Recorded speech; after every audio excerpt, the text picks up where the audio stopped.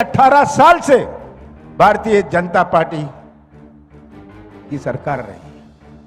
प्रदेश की तस्वीर आप सबके सामने है। हर वर्ग परेशान है, भटकता हुआ नौजवान, दुखी किसान, छोटा व्यापारी।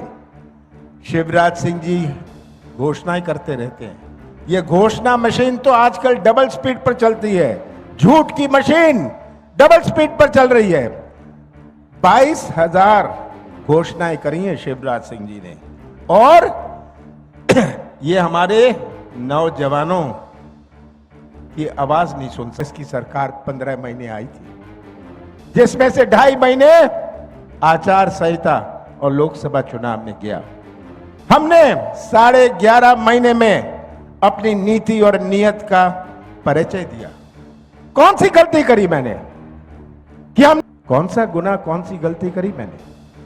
मैं तो मुख्यमंत्री था, मैं भी सौदा कर सकता था। विधायक मेरे पास आते थे कि हमें इतना पैसा मिल रहा है, मैं उन्हें कहता था ले लेना, मौज करना, मेरे से तुझे 1 रुपए नहीं मिलने वाला है। मैं सौदा करके कुर्सी पर नहीं बैठूंगा। मैंने सौदा नहीं किया और हमारी सरकार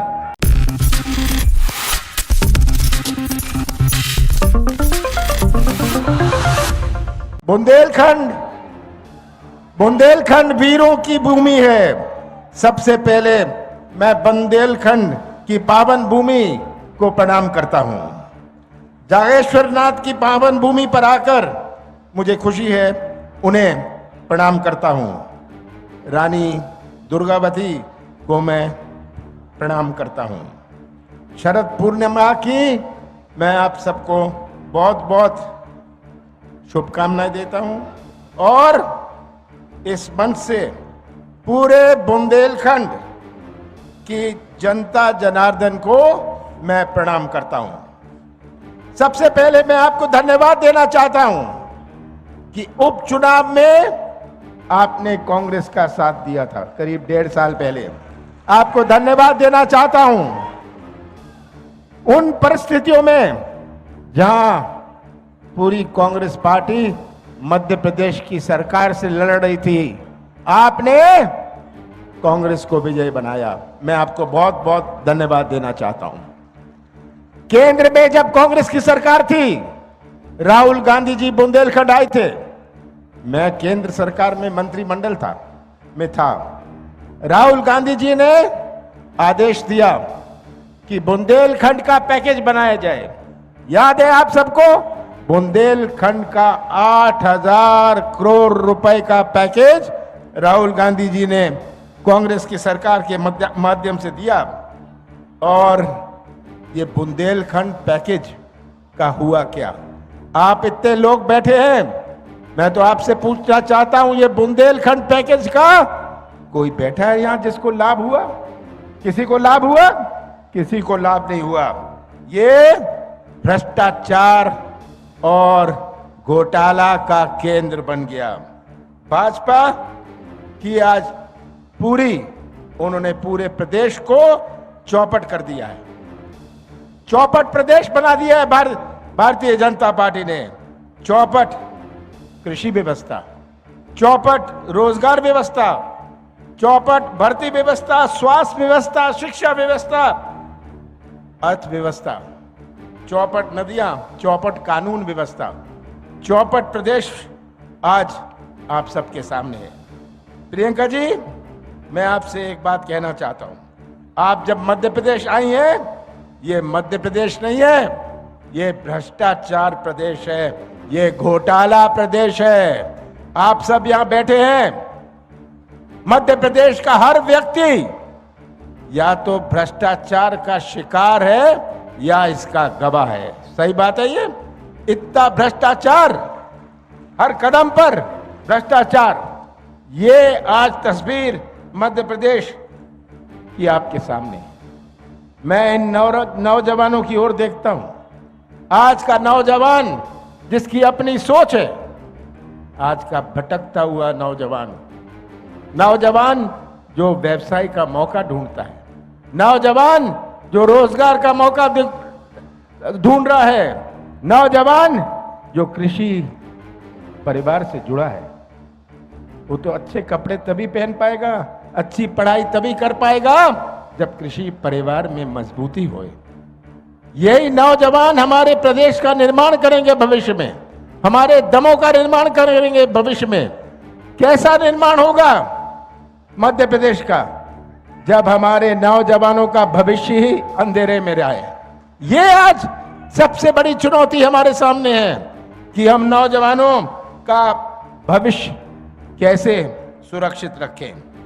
मैं तो कहता हूं हमें बेरोजगारी दूर करनी है, पर सबसे पहले भारतीय जनता पार्टी के नेताओं को बेरोजगार बनाना है। उनके नेताओं को आप बेरोजगार बनाएंगे तो हम बेरोजगारी दूर करने के रास्ते में चलेंगे। 17 तारीख को चुनाव है।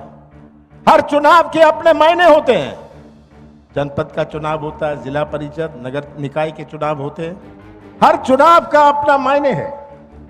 17 तारीख को जो चुनाव है ये केवल एक उम्मीदवार का चुनाव नहीं है। 17 तारीख जो चुनाव है ये केवल एक पार्टी का नहीं है। 17 तारीख जो चुनाव है ये मध्य प्रदेश का भविष्य का चुनाव है। याद रखिएगा ये बात। मध्य प्रदेश कौन सी पटरी पर चलेगा, मध्य प्रदेश कौन सी पटरी पर चलेगा, ये आप सबके सामने है। शिवराज सिंह जी 18 साल से भारतीय जनता पार्टी की सरकार रही है। प्रदेश की तस्वीर आप सबके सामने है। हर वर्ग परेशान है, भटकता हुआ नौजवान, दुखी किसान, छोटा व्यापारी। शिवराज सिंह जी घोषणाएं करते रहते हैं। ये घोषणा मशीन तो आजकल डबल स्पीड पर चलती है। झूठ की मशीन डबल स्पीड पर चल रही है। 22,000 घोषणाएं करी हैं शिवराज सिंह जी ने, और ये हमारे नौजवानों की आवाज नहीं सुन सकते, इनके कान नहीं चलते। हमारे किसान का आंसू इनको दिखता नहीं है, इनकी आंख नहीं चलती। आंख नहीं चलती, कान नहीं चलता, पर मुंह बहुत चलता है। मुंह चलाने में और सरकार चलाने में बहुत अंतर है। याद रखिएगा कि कांग्रेस की सरकार 15 महीने आई थी, जिसमें से 2.5 महीने आचार संहिता और लोकसभा चुनाव में गया। हमने 11.5 महीने में अपनी नीति और नियत का परिचय दिया।